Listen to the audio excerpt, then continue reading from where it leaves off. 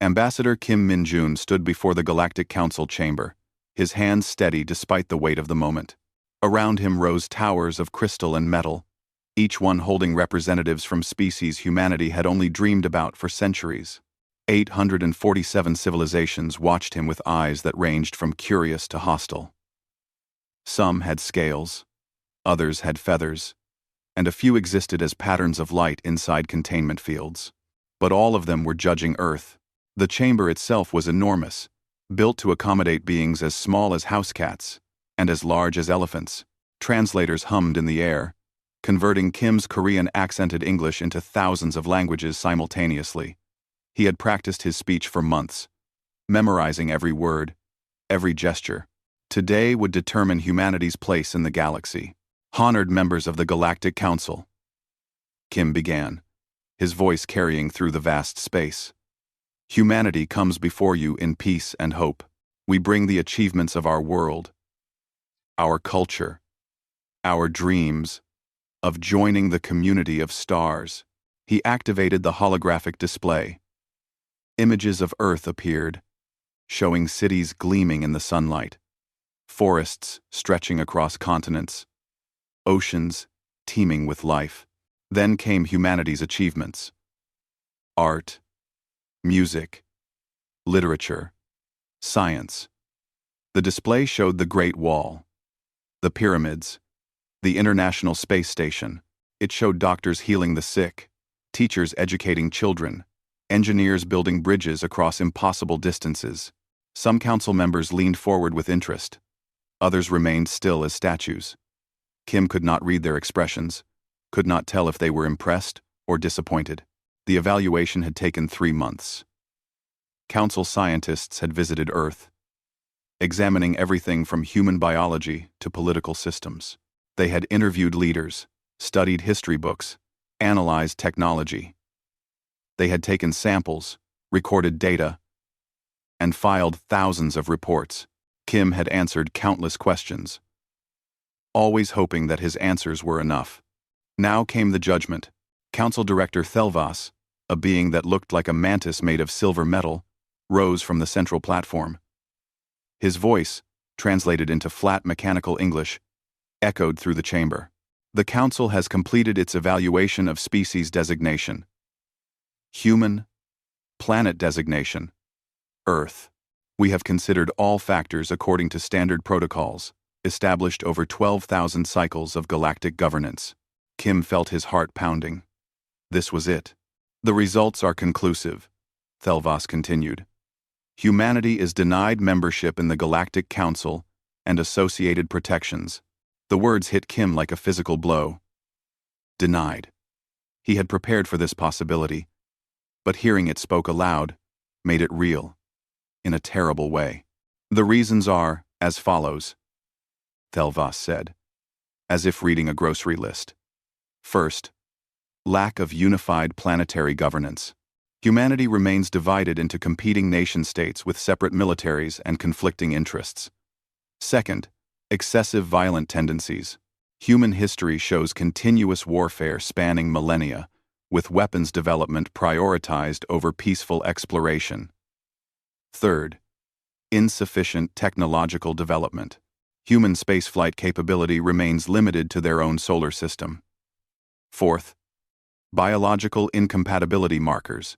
Human aggression indexes and territorial behaviors exceed acceptable parameters for Council integration. Each reason felt like another nail in a coffin. Kim wanted to argue, to explain that humanity was changing, growing, learning. But Council protocols did not allow for debate during judgment pronouncements. Furthermore, Thelvas added, Earth is hereby placed under developmental observation status. No Council species may trade with Earth, share technology with Earth, or establish formal contact with Earth, except through designated monitoring stations.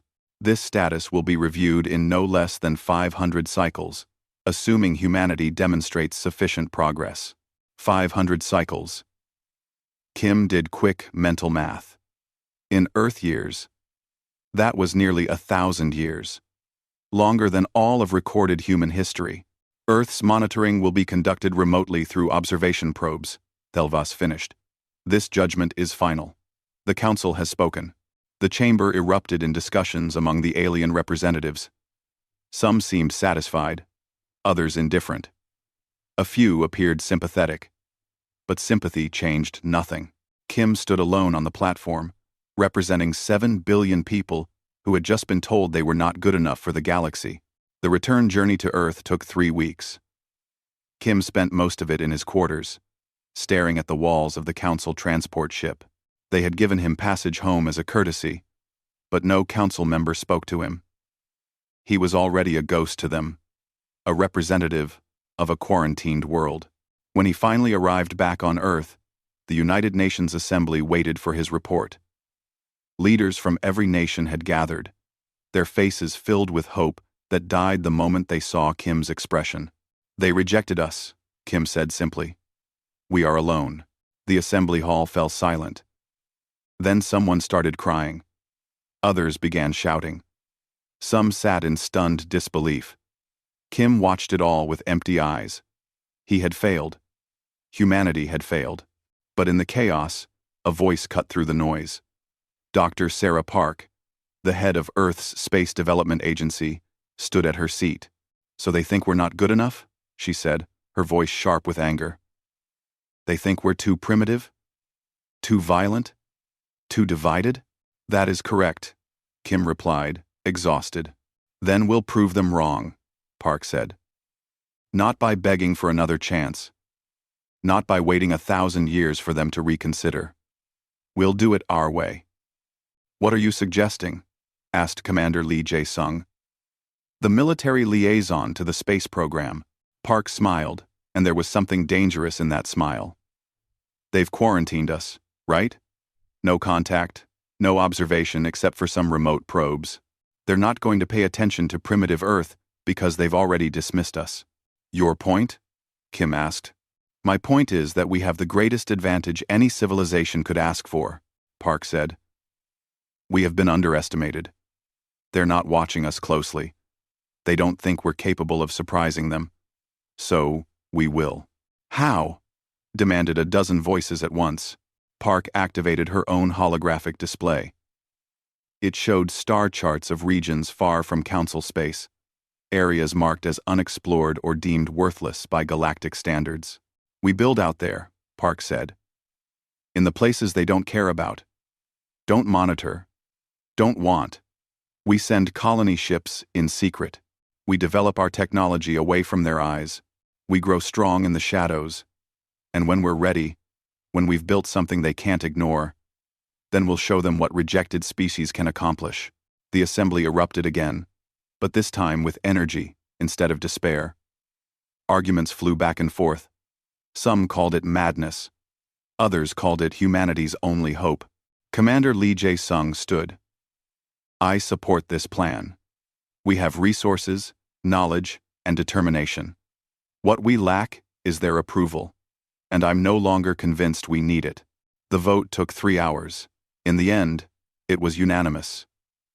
Humanity would not wait for the Council's permission to reach for the stars. They would build their own path, hidden from those who had rejected them. Kim Min-jun watched the proceedings and felt something stirring in his chest. Not hope. Not yet. But something close to it. Purpose. Perhaps. Direction. "They rejected us from their galaxy," Park said in her closing statement. "So we'll build our own. And someday, they'll realize their mistake." The first colony ship, named Times Defiance Asterisk, launched 6 months later. Its destination was a star system in a region the Council called the Void Sectors, worthless space far from their precious trade routes. On board were 5,000 colonists, enough supplies to start a new world, and humanity's determination to prove everyone wrong. As the ship vanished into faster-than-light travel, Kim stood at the observation window and whispered a promise to the stars.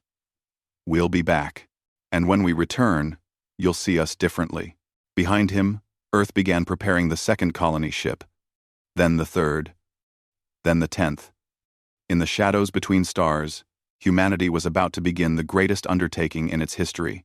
The Council had given them isolation. humanity would turn it into opportunity. The age of the Shadow Empire had begun. 200 years had passed since the Council's rejection. Though for the Galactic Council itself, this was barely a blink of their collective eye. Species that lived for centuries saw time differently than humans did.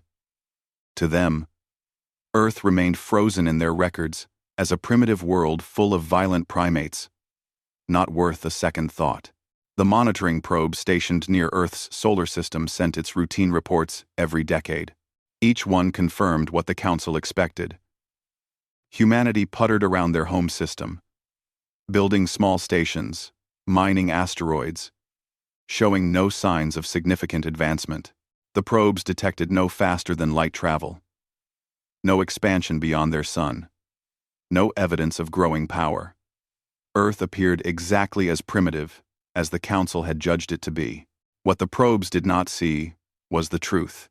Park Ji-won stood on the observation deck of New Seoul Station, watching ships come and go from the orbital docks. She had been born here, in the void sectors, and had never seen Earth except in pictures and videos. Her grandmother had been one of the original colonists on the Times Defiance asterisk, and her mother had helped terraform 3 worlds.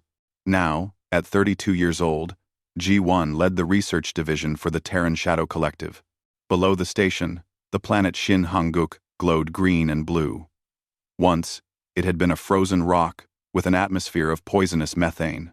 Humanity had changed it over 70 years, using techniques the Council considered impossible for primitive species. Now, 2 billion humans called it home, along with parks full of trees from Earth and oceans teeming with fish. Director Park, called a voice behind her. Chen Wei, captain of the warship Times Unseen Dawn asterisk, approached with quick steps. "You asked to see me, Captain Chen?" Ji-won greeted him with a bow. "Yes. I wanted to show you something before the Council meeting tomorrow." She led him to her laboratory, a secure facility in the station's core. Inside, holographic displays showed technical schematics that would have made Council scientists weep with envy. "This is our latest breakthrough," Ji-won explained, highlighting one particular design. "We've been studying the Council monitoring probes for decades, analyzing how they detect ships and signals. We finally cracked their scanning algorithms. And?" Chen asked, leaning closer. "And we've developed a communication system they literally cannot detect," Ji-won said with pride. "We call it the Silent Network. It uses quantum entanglement in a way Council technology doesn't even look for because they think it's impossible." Chen whistled low. "Instant communication across any distance, completely invisible to their sensors. Exactly. Every shadow colony, every ship, every station can now coordinate in real time without any risk of Council detection." This was how humanity had thrived in the shadows. While the Council assumed Earth remained technologically stagnant, the 47 hidden human colonies had been advancing at incredible speed. Humans had always been good at learning from observation, at reverse engineering, and improving on what they saw. The Council's own monitoring probes had become humanity's teachers. By carefully studying how they worked, human scientists had learned to build better versions. By watching Council ships pass through distant regions, humans had developed their own, faster-than-light drives, different from Council designs but equally effective. "The Council thinks they're so advanced," Chen said with a grin. "But they've been using the same technology for thousands of years. They stopped innovating because they didn't need to innovate." "Exactly," Ji-won agreed. "They're comfortable, stable, set in their ways. Meanwhile, we've had to scratch and claw for every advancement. We couldn't afford to be comfortable." She pulled up another display showing population statistics. 12 billion humans now lived in shadow space, scattered across 47 worlds. Some were garden planets like Shin Hanguk. Others were harsh death worlds that Council species would never survive, like the lava planet Bulgasari, where humans lived in underground cities cooled by massive heat exchangers. Humans had discovered something the Council never understood. Their definition of a habitable world was far too narrow. Species raised in comfortable environments couldn't adapt to extremes. But humans, evolved on Earth's harsh and variable climate, could survive almost anywhere with the right technology. Tomorrow's meeting is about the new applications, Chen said. 4 more species want to join the collective. The Terran Shadow Collective had started as just humanity, hiding in the dark. But over decades, they had encountered other species, rejected or ignored by the Council, just like Earth had been. Some were considered too primitive. Others were from regions too remote to matter. A few had failed their Council evaluations for reasons as arbitrary as humanity's rejection. Humanity had offered them something the Council never did: a second chance. The Rixal refugees from the Omega Nebula, G1 listed. The Krell mining clans that Council deemed economically worthless. The Ventar, who were rejected for being too peaceful, if you can believe that. And the Mothric, who failed their evaluation because they reproduced too quickly. 15 species now, counting us, Chen said. 15 civilizations. The Council threw away. Like garbage. 16. After tomorrow, G1 corrected. The Salthene delegation is almost certainly going to be approved. The vote the next day confirmed it. In a massive conference chamber on New Sol, representatives from 15 species gathered around a circular table built to accommodate their different biologies. Humans sat alongside silicon-based Krell, gaseous Ventar, contained in elegant environmental suits, and insectoid Mothric, whose compound eyes glittered with intelligence. Park G1 presented the Salthene case. They were a species of aquatic beings, rejected by the Council for having too much genetic diversity, which the Council claimed made them unstable. In reality, they were brilliant engineers who thought in 3 dimensions better than most species because they lived in oceans. All in favor of accepting the Salthene into the Terran Shadow Collective? Asked Ambassador Lee Sung-min, the current human representative. Every species voted yes. The Salthene delegation wept with gratitude, their tears mixing with the water in their environmental tanks. "Welcome to the family," Lee said warmly. "We don't care what the Council thinks you should be. We care about who you choose to become." This was humanity's philosophy, forged from their own rejection. Judge beings by their actions and their potential, not by arbitrary standards created by the comfortable and powerful. After the vote, G1 returned to her laboratory. Captain Chen found her there hours later, still working. "You should rest," he said. "You've been at this for 30 hours straight." "Can't," G1 replied, her eyes fixed on her screens. "I'm working on something new. Something that might change everything." She showed him the designs for a new type of ship, sleeker and faster than anything humanity had built before. Stealth warships, completely invisible to Council sensors, armed with weapons they won't detect until it's too late. "Why?" Chen asked quietly. "We've managed to stay hidden for 2 centuries. Why build weapons now?" G1 turned to face him, and her expression was serious. "Because hiding can't last forever, Captain. Sooner or later, something will happen that forces us to reveal ourselves. And when that day comes, I want us to be ready." "Ready for what?" "For whatever comes next," she said. "The Council rejected us because they thought we were violent and primitive. If we ever have to face them again, I'd rather do it from a position of strength, not weakness." Chen understood. The memory of rejection still burned in humanity's collective consciousness, passed down through generations. They had built an empire in the shadows, not out of fear, but out of determination. They had proven they could thrive, without the Council's approval, but deep down every human wondered, what would happen if the Council ever discovered the truth? Far away, on the edge of Council space, a monitoring probe completed its routine scan of Earth's solar system. It detected nothing unusual. A few space stations, some mining operations, ships traveling between planets using primitive fusion drives. Exactly what was expected from a quarantined, primitive world. The probe filed its report and went dormant for another decade. It had no way of knowing that the ships it detected were deliberately flying old, outdated vessels to maintain the illusion. It could not see the silent network connecting 47 colonies across thousands of light years. It did not detect the stealth shipyards producing weapons that could challenge Council vessels. The probe saw what it expected to see, and nothing more. In her laboratory on New Sol, G1 looked at the star charts showing shadow space. 12 billion humans, 16 allied species. Technology that rivaled or exceeded the Council's own. An empire built from rejection, thriving in the dark. Let them keep ignoring us, she whispered to the stars. Every year they dismiss us. We grow stronger. Every decade they forget about us. We learn more.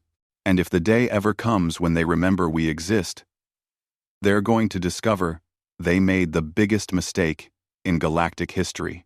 Behind her, construction crews worked around the clock, building the first of the new stealth warships. The Time's unseen dawn times would soon have sisters. Dozens of them. Then hundreds. Humanity was preparing for a future the Council could not imagine. In the shadows between stars, a rejected species had become something magnificent. And they were just getting started. The distress signal reached every corner of known space, cutting through thousands of communications channels simultaneously. It was the Galactic Council's first galaxy-wide emergency broadcast in over 2,000 years. And the desperation in it was impossible to miss. All civilizations, Council members and non-members alike, this is an urgent call for assistance. The Sothek swarm has invaded Council space and is consuming inhabited worlds. 3 member planets have already fallen. Billions of lives have been lost. We request immediate military aid from any species capable of providing it. On Earth, the official government received the message and did exactly what was expected of a quarantined, primitive world. They sent a polite response explaining that humanity lacked the capability to assist and wished the Council well in their crisis. The message was filed away and forgotten, but in shadow space, 12 billion humans and their allies heard the same distress call, and the response was very different. Commander Lee Sung-hee stood in the war room on New Sol Station, surrounded by holographic displays showing the carnage in Council space. The Sothek swarm was like nothing the galaxy had seen in millennia, a hive species that consumed everything in its path, converting organic matter into more of themselves. They had appeared from beyond the galactic rim 3 months ago, and the Council had been losing ever since. "Show me the latest intelligence," Lee ordered. Her tactical officer, Lieutenant Kim Jae-ho, brought up new data. 3 worlds completely stripped of life. The Council has lost 40% of their military fleet, trying to stop them.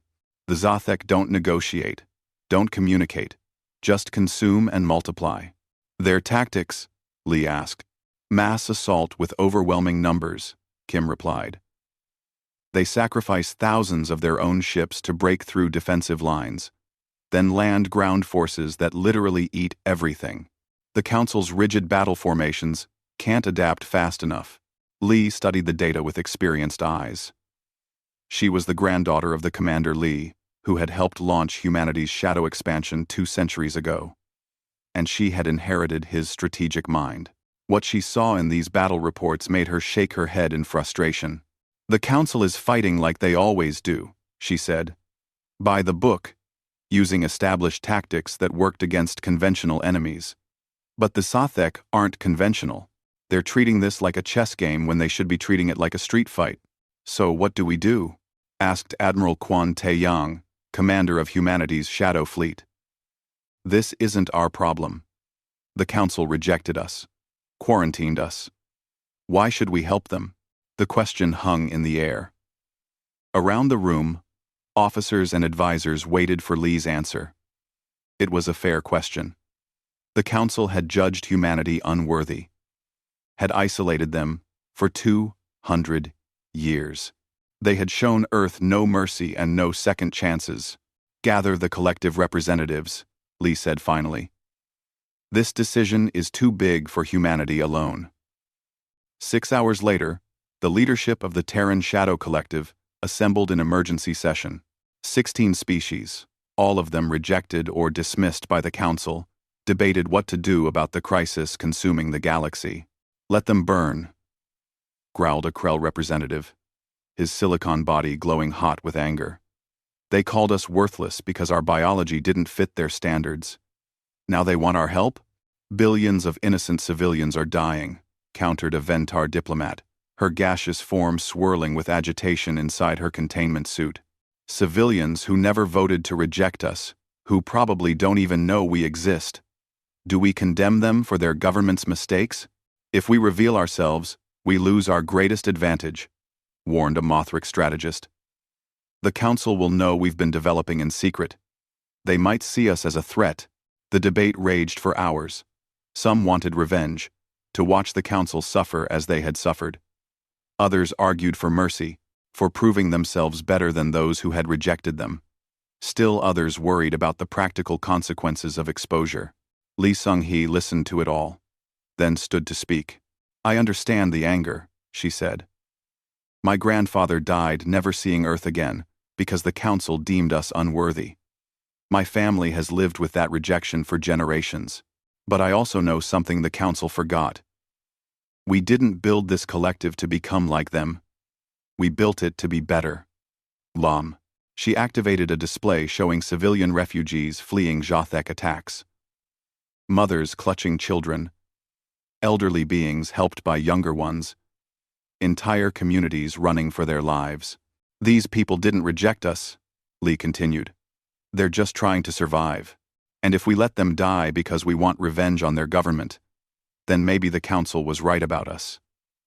Maybe we are too violent, too cruel, to join civilized society.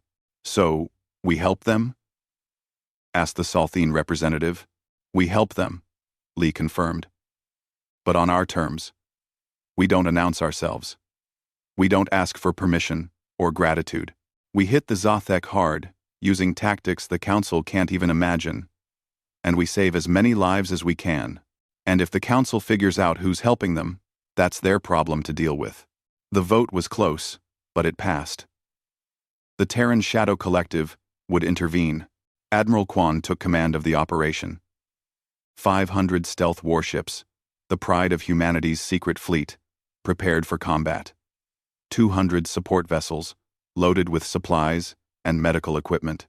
Crews from all 16 collective species volunteered for the mission. "Our advantages," Quan explained to his captains during the final briefing, "are stealth, speed, and unpredictability. The Zothek have never faced an enemy they couldn't see. The Council fights them head-on. We'll fight them like ghosts." The plan was elegant in its simplicity. Ignore the big battles where Council fleets fought desperately. Instead, target Zothek supply lines, breeding ships, and coordination nodes. Hit them where they didn't expect it, destroy their ability to sustain their swarm, then vanish before they could respond. The first strike came 3 days later. A Zothek hive ship, massive and grotesque, was traveling to reinforce an attack on a Council colony when it suddenly exploded from within. The Zothek had no idea what happened. Their sensors detected no attacking ships, no weapons fire, nothing.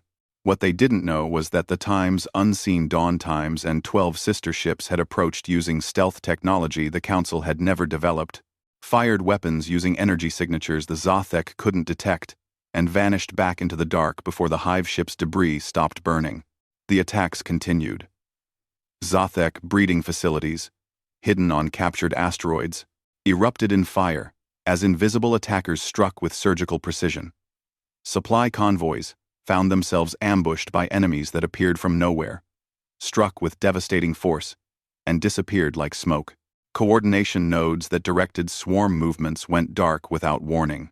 The Zothek, for the first time since entering Council space, felt fear. They were being hunted by something they couldn't understand, couldn't see, couldn't fight. The Council noticed too. Battle reports started including strange phenomena. Zothek ships destroyed by unknown weapons. Enemy formations disrupted by mysterious explosions. Refugees saved by vessels that vanished before they could be thanked or identified. Council Intelligence Director Vornoth became obsessed with identifying these ghost attackers. He analyzed every scrap of data, every energy signature, every witness report, and slowly, impossibly, he began to see a pattern. The weapons signatures, though strange, had elements that matched technology from centuries ago. Specifically, primitive human technology from Earth's early space exploration, refined and improved beyond recognition, but with the same fundamental principles. No, Vornoth whispered to himself in his office, staring at the analysis. It can't be. The monitoring probes show Earth hasn't advanced. They're still limited to their own solar system. They can't even have faster than light travel. But the evidence kept mounting. Tactical approaches that matched human historical warfare. Guerrilla tactics. Asymmetric combat. Prioritizing enemy logistics over direct confrontation. It was all there in Earth's military history, now applied to space combat with devastating effectiveness. Vornoth made a decision that would change everything. He sent a delegation to Earth to investigate, expecting to find nothing. After all, the probes had been watching for 200 years. Earth couldn't possibly have hidden an entire fleet. On Earth, the official government received the council delegation with polite confusion. "We don't have any fleets," the human representative said honestly. "You can check for yourselves. We have some stations, some mining ships, but nothing military. Certainly nothing capable of faster than light travel." It was all technically true. Earth itself didn't have a fleet. The Shadow Fleet operated from bases thousands of light-years away. But Vornoth found clues anyway. Population records that didn't quite add up. Industrial capacity that produced far less than it should. Historical records of colony ship launches that the current government claimed never happened. It was like looking at a puzzle, with missing pieces. "Something is wrong here," Vornoth told his team. "I don't know what, but Earth is hiding something." His investigation was interrupted by an urgent message from Council Space. The Zathek had massed their entire remaining swarm for one final, desperate attack. Every ship, every soldier, everything they had left was converging on Caldrus Prime, a council world with 4 billion civilians. The council fleet formed a defensive line, knowing they were outmatched. Council Commander Thelvas, the same being who had rejected humanity 200 years ago, sent what he believed would be his final transmission. "To all council members, this is our last stand. We will hold as long as we can. It has been an honor to serve." Thelvas out. The Zathek swarm approached like a living wave, thousands of ships blotting out the stars. The council fleet opened fire, destroying hundreds, but thousands more kept coming. The defensive line began to buckle. Then, in the space around the council fleet, 500 ships decloaked simultaneously. The stealth warships of the Shadow Fleet appeared in perfect formation, their hulls gleaming with unknown metals, their weapons charging with power the Council had never seen. They surrounded the Council fleet like protective guardians, creating a wall of steel between the defenders and the swarm. Admiral Quan opened a communication channel that broadcast to every Council ship. "Terran Shadow Collective to Council Fleet," he said calmly, as if he did this every day. "We're here to help. Follow our lead, and we'll all get through this together." The battle that followed would be remembered for 1,000 years. For a moment, the battlefield hung frozen in stunned silence. The Council fleet stared at the 500 unknown warships that had appeared from nowhere. The Zathek swarm hesitated, their hive mind struggling to process this new threat.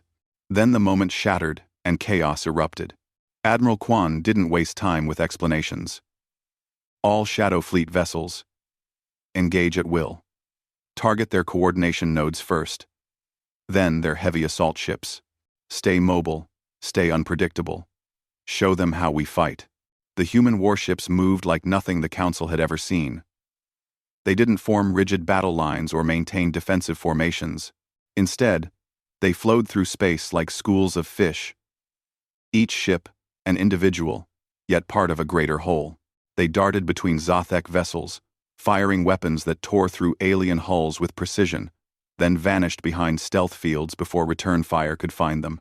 Council Commander Thelvas watched in disbelief from his flagship bridge. "What are those ships? Where did they come from?" "Unknown, Commander," his tactical officer replied. "But they're destroying Zothek vessels at 3 times our effectiveness rate. Their weapons technology is unlike anything in our database." The Shadow Fleet wasn't fighting the way the Council fought.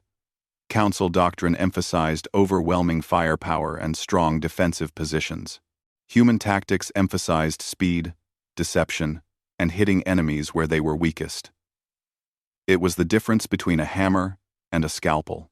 "Coordination Node Alpha destroyed," reported Captain Chen Wei from the Times Unseen Dawn *. His ship had just vaporized a massive Zothek command vessel that had been directing a section of the swarm.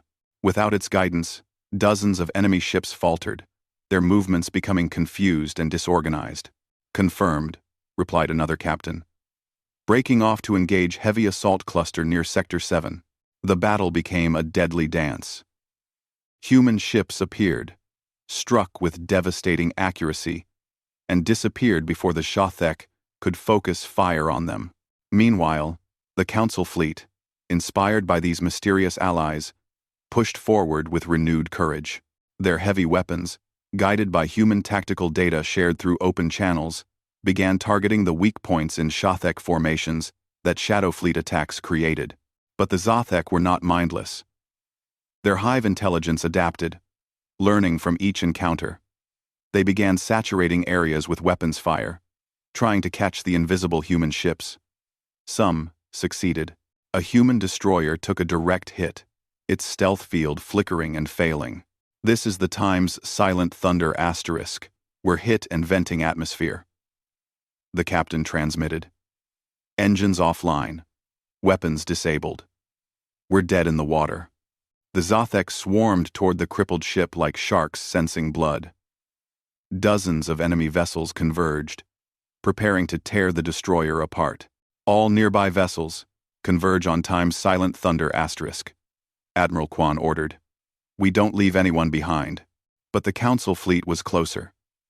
Thelvas made a split-second decision that surprised even himself.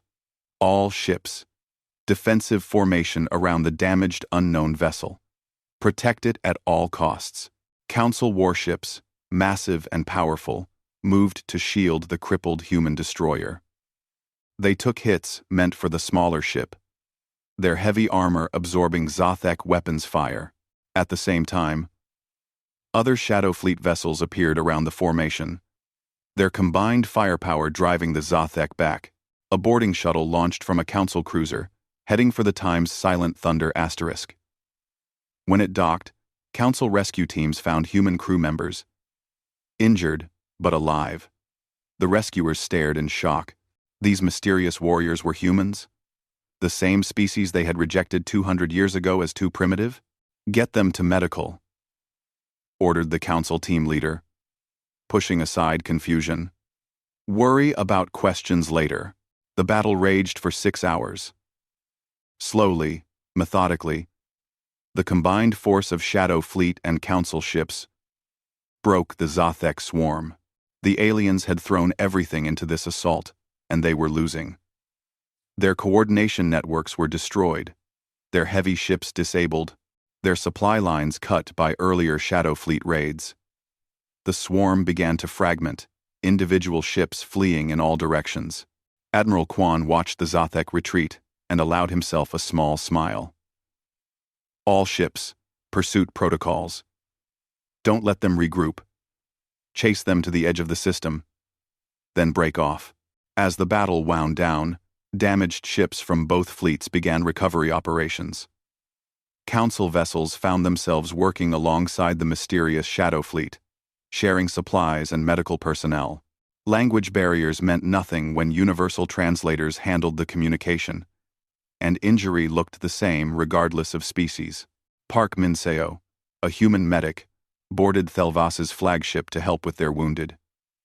She found the medical bay overwhelmed with injured Council personnel. Without hesitation, she began treating them with skill and compassion that surprised the Council doctors.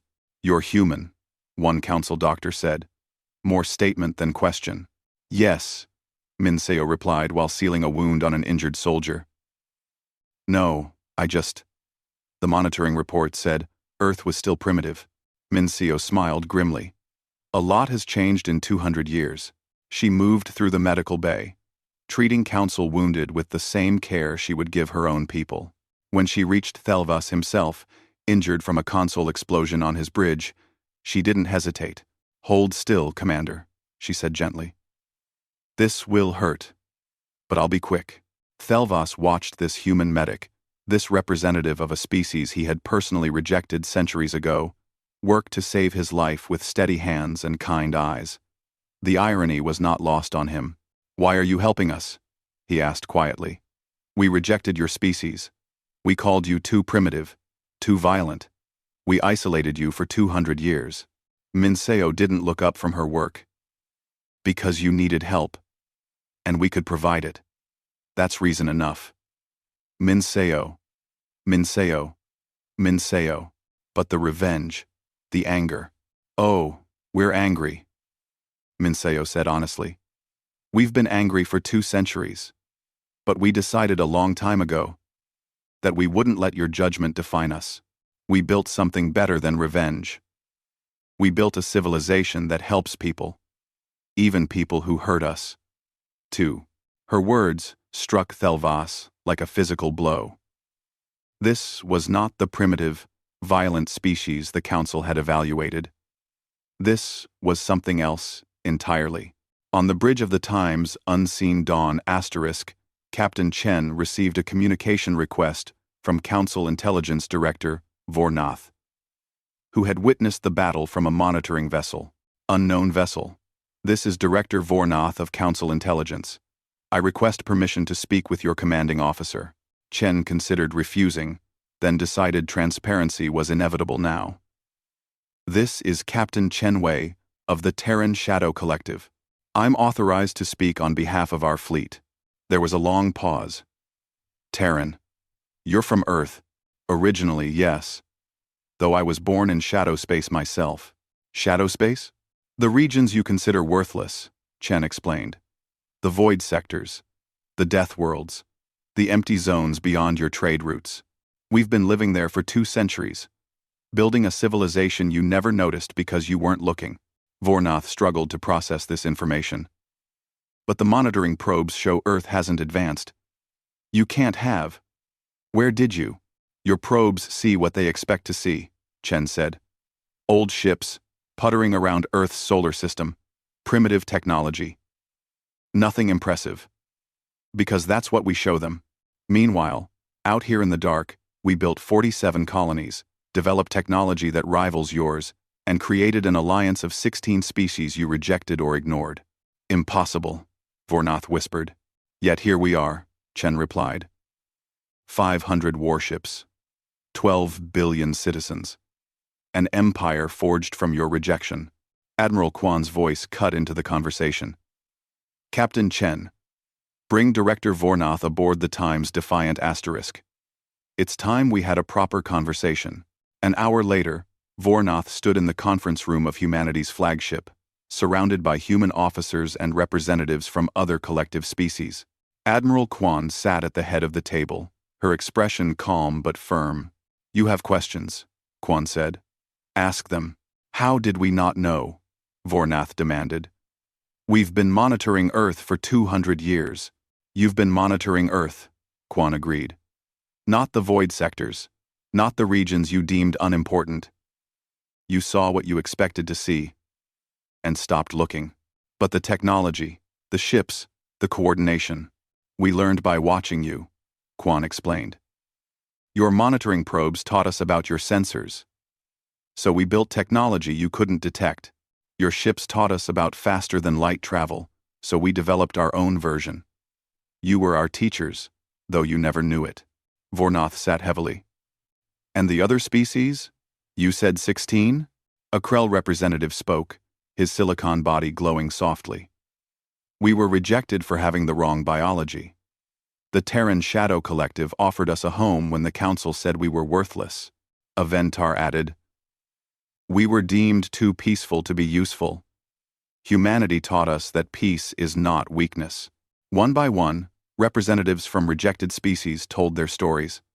Civilizations dismissed, ignored, or deemed inadequate by council standards, all of them given second chances by humanity. A species that understood rejection intimately. You built an empire from our mistakes, Vornath said quietly. We built a family from your arrogance, Quan corrected. And when you needed help, we came. Not because you deserved it, but because those civilians on Caldrus Prime didn't deserve to die for the Council's mistakes. Outside the ship, cleanup operations continued.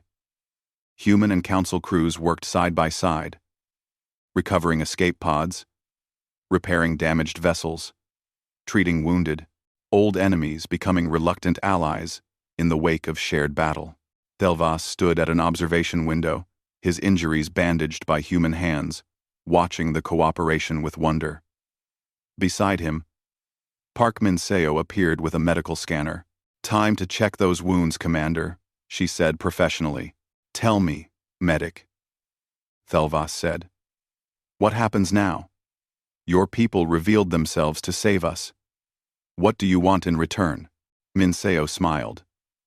Commander, we didn't do this for a reward. We did it because it was right. What happens next is up to the Council. You can acknowledge that you were wrong about us, or you can keep pretending we don't exist.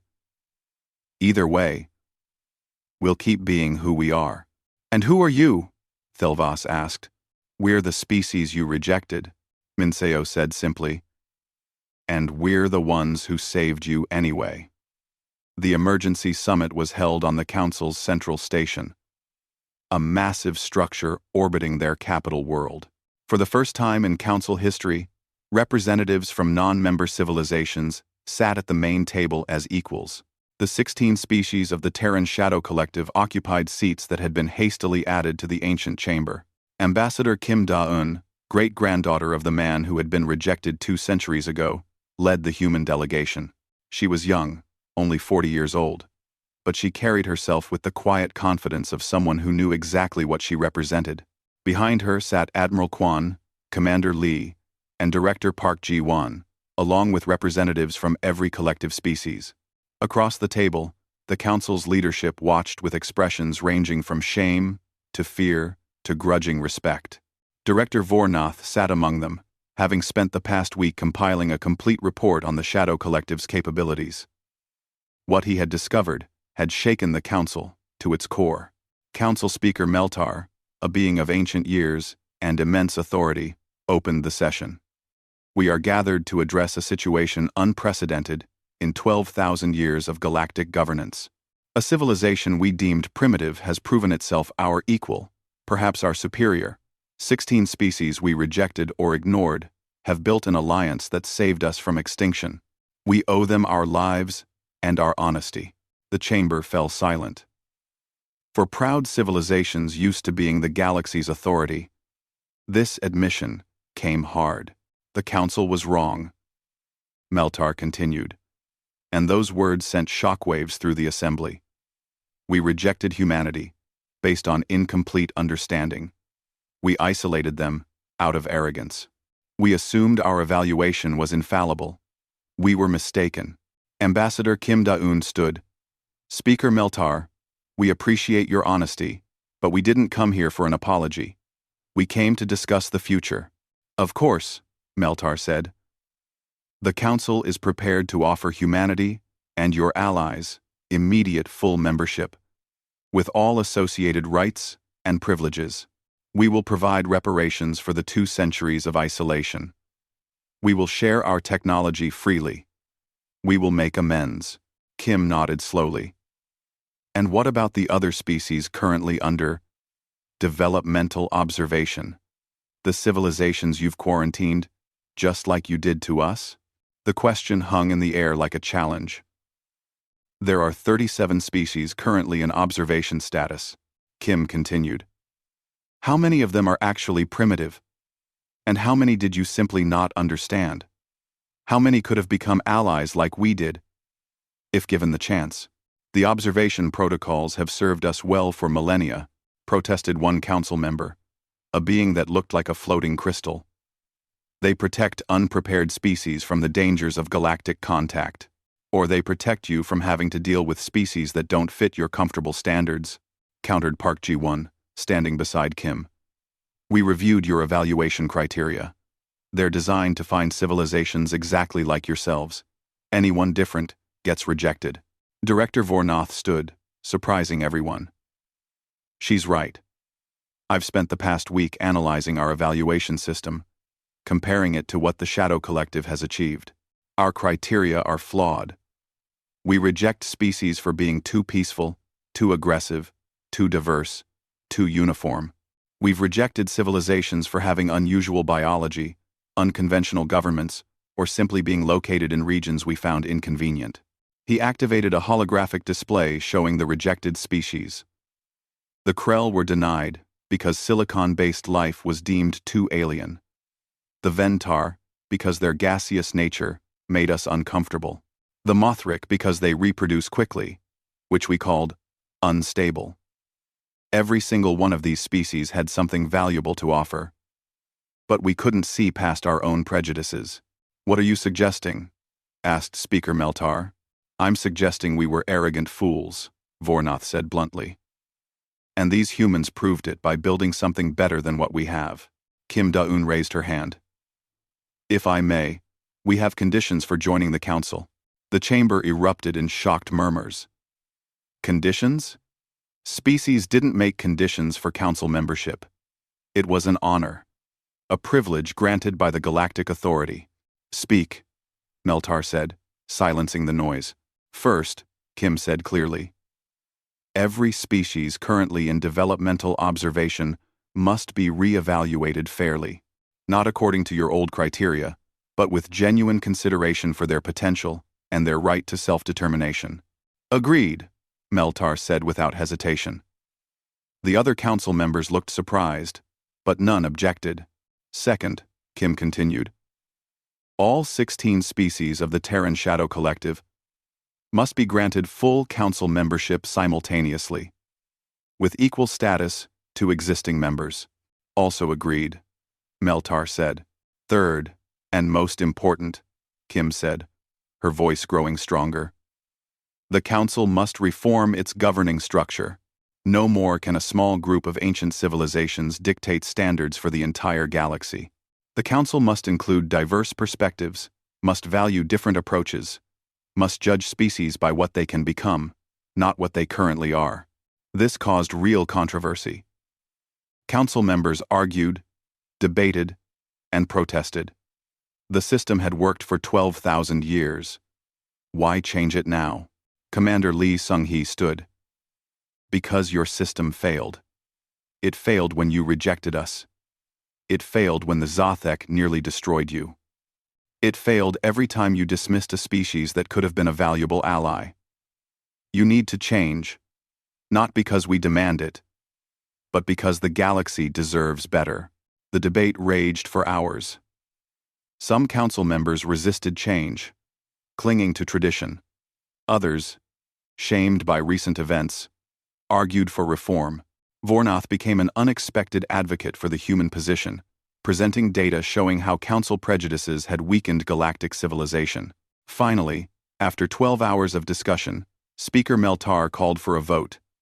All in favor of accepting the Terran Shadow Collective's conditions and beginning comprehensive council reform. The vote was not unanimous, but it passed. The council, for the first time in its long history, had agreed to fundamental change at the request of species it had once rejected. Kim Da-eun allowed herself a small smile. Then we accept your offer of membership. The Terran Shadow Collective will join the Galactic Council as equal partners. There is one more thing, Admiral Kwan said, standing. We will maintain our territories in shadow space. The free territories, as we're now calling them, will remain under collective governance. We're not abandoning what we built. Of course, Meltar agreed. Your sovereignty over the regions you colonized is unquestioned. You built an empire in the shadows. It would be foolish of us to ask you to give it up. Over the following months, the reforms began. The 37 species, in developmental observation, were re-evaluated. 23 were found to have been unjustly quarantined and were offered council membership. 8 more chose to join the Terran Shadow Collective instead, finding humanity's philosophy more appealing than the council's traditional approach. The council itself underwent restructuring. New members brought new perspectives. The rigid evaluation criteria were replaced with more flexible guidelines that valued diversity and potential. Species were no longer judged by how similar they were to existing council members, but by their commitment to cooperation and growth. The free territories became a beacon for innovation. The 47 human colonies, plus settlements from the other collective species, continued to develop technology and culture, free from council bureaucracy. Trade flourished between council space and the free territories, with both sides benefiting from the exchange. Earth itself experienced a renaissance. No longer isolated, it became a hub where council species came to learn about the civilization that had saved them. Museums displayed the history of rejection and resilience. Universities taught courses on how humanity had turned isolation into opportunity. 10 years after the summit, Ambassador Kim Da-eun stood once again before the council, but this time as an equal member. She was presenting a proposal for a joint exploration initiative into uncharted regions of the galaxy. The Zathek came from beyond the galactic rim, she explained. There may be other threats out there, or other civilizations in need. We propose a combined fleet, drawing from both council members and free territory forces, to explore and make peaceful contact. The proposal passed easily. The council had learned to trust the judgment of those they once dismissed. That evening, Kim stood in an observation lounge overlooking Council Station, watching ships from hundreds of species come and go. Beside her stood the ancient director Vornath, now retired but still influential. "Do you ever wonder what would have happened if we'd accepted humanity the first time?" Vornath asked. Kim considered the question. "We probably would have become just another council member. Comfortable, stable, following your rules without question. The rejection forced us to find our own path. I betain, and in finding that path, you showed us a better way," Vornath said. "Strange how these things work." "Not strange," Kim replied. "Just human. We have a saying on Earth: what doesn't kill you makes you stronger." The Council's rejection could have destroyed us, but we chose to let it strengthen us instead. "I was there, you know," Vornath said quietly. 200 years ago, when your ancestor presented Earth's first application, I voted to reject you. I thought humanity was too dangerous, too unpredictable. Were we? Kim asked. Yes, Vornath admitted. But we were too comfortable, too certain, too closed to new ideas. You were exactly what the galaxy needed, and we were too blind to see it. Kim placed a hand on the old director's shoulder. What matters is what we do now. Across the galaxy, in the free territories, construction continued on new colonies and stations. In the Council's science institutes, human and alien researchers collaborated on projects that would have been impossible before. In classrooms on 1,000 worlds, children from dozens of species learned about the Shadow War and the civilization that had been rejected but had saved the galaxy anyway. The story became legend, told and retold across the stars. How humanity was deemed unworthy by those who claimed to know best. How they refused to accept that judgment and built an empire in the places others feared or ignored. How they grew strong in the shadows, not through conquest but through determination and cooperation. And how, when the galaxy needed them most, they emerged from the darkness to save even those who had rejected them. Commander Lee Sung-hee, now an old woman, sat with her grandchildren in her home on New Seoul and told them the story of their family's journey. Your great-great-grandfather was told humanity had no place in the galaxy, she said. But he understood something the Council didn't. No one gets to decide your place but you. You earn your place through your actions, your courage, your compassion. Did the council ever apologize? One grandchild asked. They did, Lee replied. But that wasn't what mattered. What mattered was that we proved to ourselves what we could become. We didn't need their approval. We needed our own strength. On Earth, in the same United Nations chamber where Kim Min-jun had delivered the news of rejection 2 centuries ago, a memorial stood. It showed the names of the original Times, Defiance Times colonists, the people who had taken the first step into the shadows. Below their names, a simple inscription: rejected by the Galactic, humanity forged an empire in the shadows.